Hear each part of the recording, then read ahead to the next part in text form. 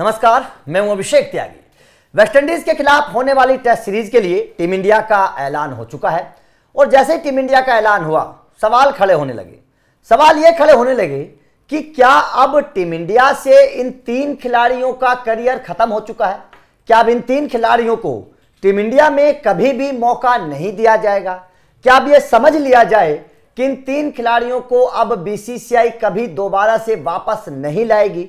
क्योंकि वेस्टइंडीज के लिए जिस तरीके से ऐलान हुआ, एक नौजवान टीम को दिखाया जा रहा है, नौजवान टीम वेस्टइंडीज के खिलाफ मैदान पर खेलने के लिए उतरेगी, लेकिन कुछ और भी खिलाड़ी ऐसे हैं जो नजरअंदाज कर दिए गए हैं, जिन खिलाड़ियों को होना चाहिए था इस स्क्वाड में, लेकिन वो खिलाड़ी इस स्क्वाड में है नहीं। ऐसे में जाहिर तौर पर इन 3 खिलाड़ियों को लेकर सोशल मीडिया पर आवाज उठ रही है। सोशल मीडिया पर लगातार क्रिकेट फैंस ये बोल रहे हैं कि क्या वास्तव में अब इन खिलाड़ियों का करियर खत्म हो चुका है। सबसे पहले मैं आप लोगों को स्क्वाड दिखा देता हूं, उसके बाद में चर्चा करेंगे कि कौन से खिलाड़ियों पर सवाल है।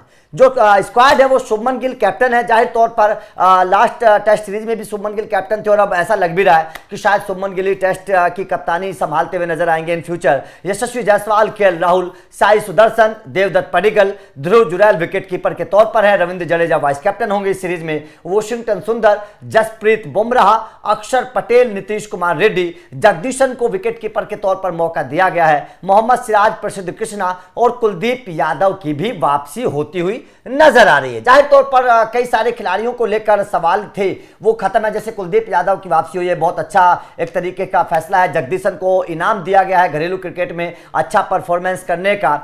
लेकिन जो 3 खिलाड़ी हैं उन पर चर्चा करेंगे, लेकिन उससे पहले केशव मेरे साथ मौजूद है। लगातार स्पोर्ट्स की खबरें आप देखते हैं, केशव आपको बताते हैं। केशव, सबसे पहला सवाल मेरा यहाँ ये होगा, उन 3 खिलाड़ियों पर भी चर्चा करेंगे जिनके करियर पर खत्म होने का खतरा मंडरा रहा है, लेकिन सबसे पहले जसप्रीत बुमराह इस बार भी ना कैप्टन है ना वाइस कैप्टन है। पिछली बार भी जब टेस्ट सीरीज हुई थी उसमें भी जसप्रीत बुमराह ना कैप्टन थे ना वाइस कैप्टन थे इंग्लैंड के खिलाफ। उसके बाद में अब भी जसप्रीत बुमराह ना कैप्टन है ना वाइस कैप्टन है। रविंद्र जडेजा को वाइस कैप्टन बना दिया गया। क्या इस बार भी आपको लग रहा है इंग्लैंड की तरह कि जसप्रीत बुमराह कुछ ही टेस्ट मैच खेलेंगे?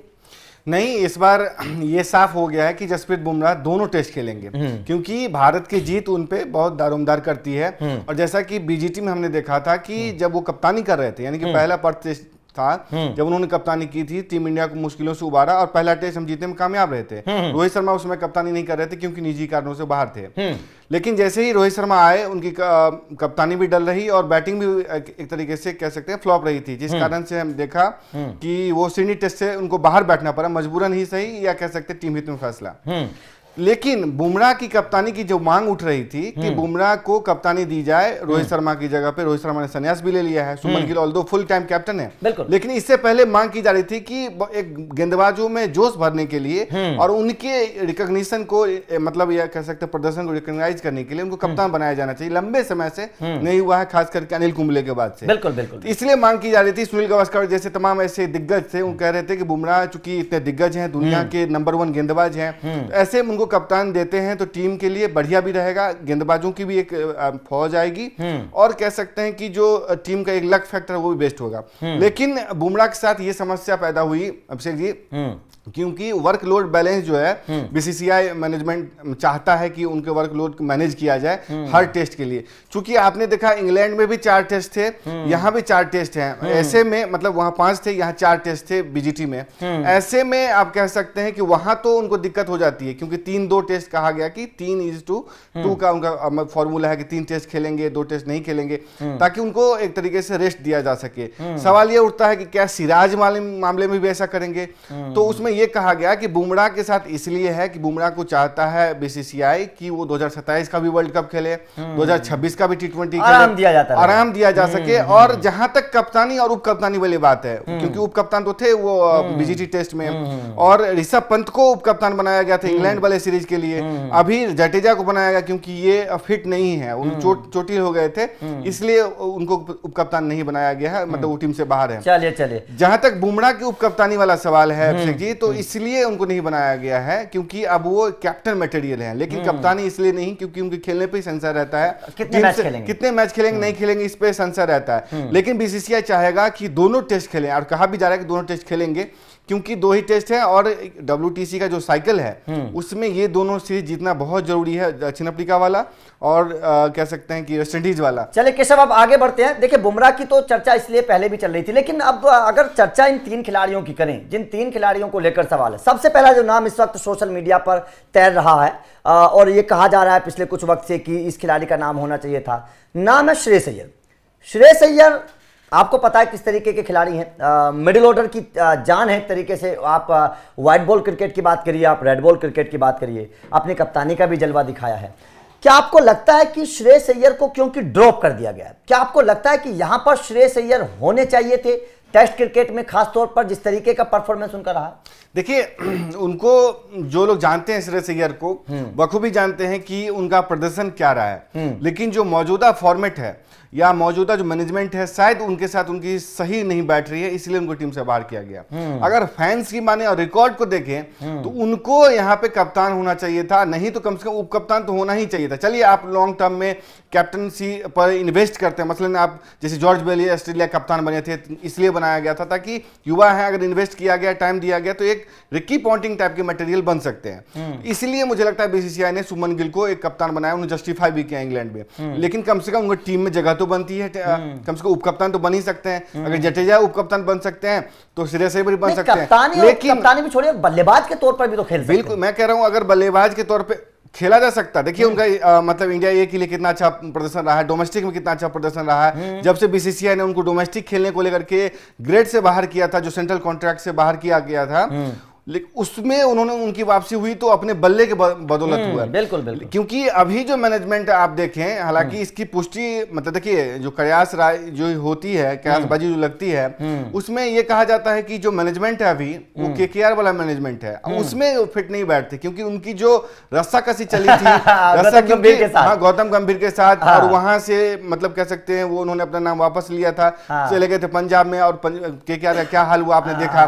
तो वो वाला जो मैनेजमेंट हाल ही में वैसे श्रेयस अय्यर ने एक बोला भी था कि भाई मैं टेस्ट क्रिकेट से थोड़ा सा रिटायर मतलब थोड़ा सा रेस्ट लेना चाहता हूं। अभी हाल ही में उन्होंने देखिए वो रेस्ट लेना चाहते हैं, ये उनका फैसला है, लेकिन उनकी बल्लेबाजी और उनका फॉर्म कतई ये नहीं कहता कि उनको रेस्ट देने की जरूरत है। कम से कम कंसीडर तो किया ही जा सकता था, और कंसीडर करते तो वो जस्टिफाई भी करते, इसलिए क्योंकि उनको डोमेस्टिक भी उतना ही अच्छा रहा था, आईपीएल भी उतना ही अच्छा रहा, और एक कंसिस्टेंसी वाले बल्लेबाज हैं। आपने करुण नायर को लेकर के आए थे, करुण नायर का क्या स्थिति हुई, आपने कह सकते साई सुदर्शन को लेकर के आए थे, किस बदौलत? क्योंकि वो आईपीएल खेल रहा था, आईपीएल में गुजरात में खेल रहा था, जो मौजूदा कप्तान है उसका ओपनिंग पार्टनर था, उसकी बदौलत आपने, उसके डोमेस्टिक भी ऑल्दो है, उसकी बदौलत आपने इंग्लैंड भेज दिया, जहां पे ओवरसीज में खेलना कितना कठिन होता है, वहां आप उनको ले गए थे।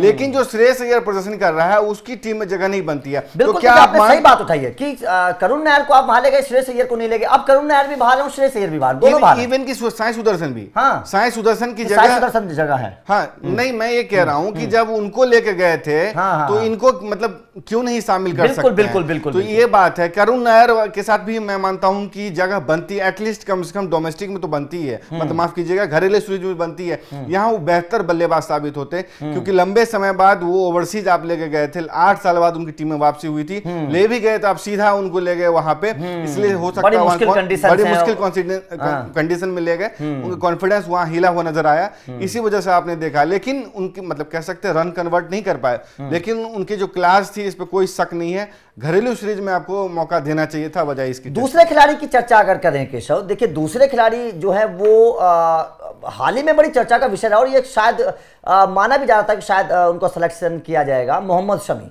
चोटिल थे, सबको पता है चोटिल थे, लेकिन चोट से उबर चुके थे, क्योंकि अब प्रैक्टिस वीडियोस हम उनके देख रहे हैं, वो बल्लेबाजी भी करते नजर आ रहे हैं, वो गेंदबाजी भी करते नजर आ रहे हैं। उन्होंने बोला भी था एक इंटरव्यू में कि सेलेक्टर्स के ऊपर डिपेंड है कि वो मुझे सेलेक्ट करते हैं कि नहीं करते हैं।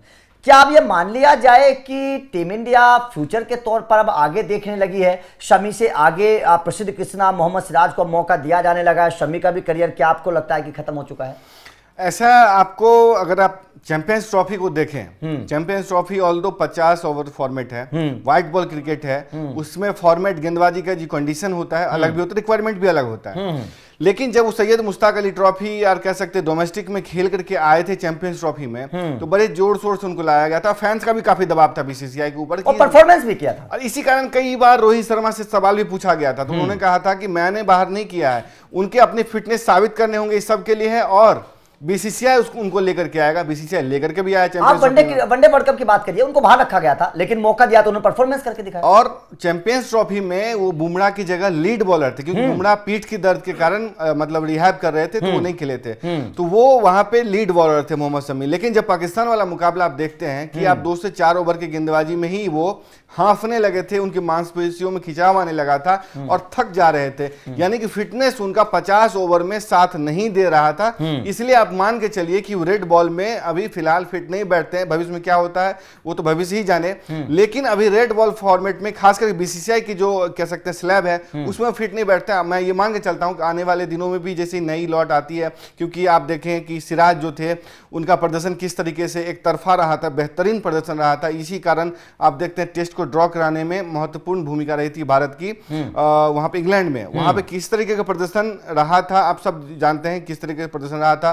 कहा यह भी गया कि अगर जिस मैच में बुमराह नहीं होते हैं, सिराज गेंदबाजी वहां ज्यादा बेहतर भारत का प्रदर्शन होता है। तो आप मान के चलिए कि भारत की मौजूदा पेस बैटरी मतलब जो पहले सेकंड गेंदबाज के तौर पर शमी देखे जाते थे अब सिराज देखे जा रहे हैं। बिल्कुल सेकंड ये कह सकते हैं, असिस्टेंट कह लीजिए, सेकंड मैं नहीं मानता। मैं ये कह रहा हूं कि अगर बुमराह नहीं रहते हैं तो वो गेंदबाजी की अगुवाई सिराज करेंगे, अगर बुमराह रहते हैं तो समझिए कि बुमराह की मदद करेंगे सिराज। और एक कभी ना कभी ये कह सकते हैं कि बुमराह का ये है कि फिटनेस का इशू रहता है, लीड करते हुए नजर आएंगे आपको मोहम्मद सिराज। तीसरे खिलाड़ी की चर्चा जो है वो सोशल मीडिया पर इस वक्त बड़ी चल रही है, बल्कि मुनव्वर पटेल ने तो ट्वीट भी किया है कि सरफराज खान का है।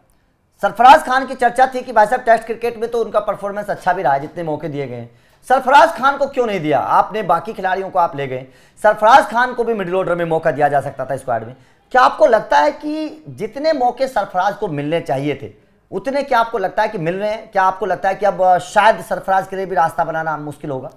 देखिए, सरफराज खान का डोमेस्टिक प्रदर्शन काफी बेहतर रहा था और इसी कारण से उनको बीजीटी में शामिल भी किया गया था। लेकिन बीजीटी में जिस तरह का प्रदर्शन हुआ था, और आपको याद होगा अभिषेक जी कि जब वहां पे टीम की ड्रेसिंग रूम को लेकर के भी काफी सवाल उठे थे, क्योंकि वहां से ऐसी खबरें सामने आ रही थी कि एक गौतम गंभीर ने जो टीम की ड्रेसिंग रूम में कुछ बातें कही हैं, उसके बाद एक मतलब मैच फिनिशर की बात आ रही थी कि वो रोहित शर्मा का जगह लेना चाहता है। मतलब ड्रेसिंग रूम में जो भी बातें होती थी वो मीडिया के पास आती थी। कहने को ये कोई सीनियर खिलाड़ी के भी अपने अपने संबंध हैं सारे मीडिया हाउसेस में, तो एक लीडिंग अखबार है उसके हवाले से खबर सामने आएगी कि तमाम जो मतलब गौतम गंभीर है उन्होंने टीम को हरकाया है, ये कहा है कि कोई भी सीनियर नहीं है, कोई भी जूनियर नहीं है, सबको ये होगा, मतलब तमाम तरह की बातें ड्रेसिंग रूम से सामने आई।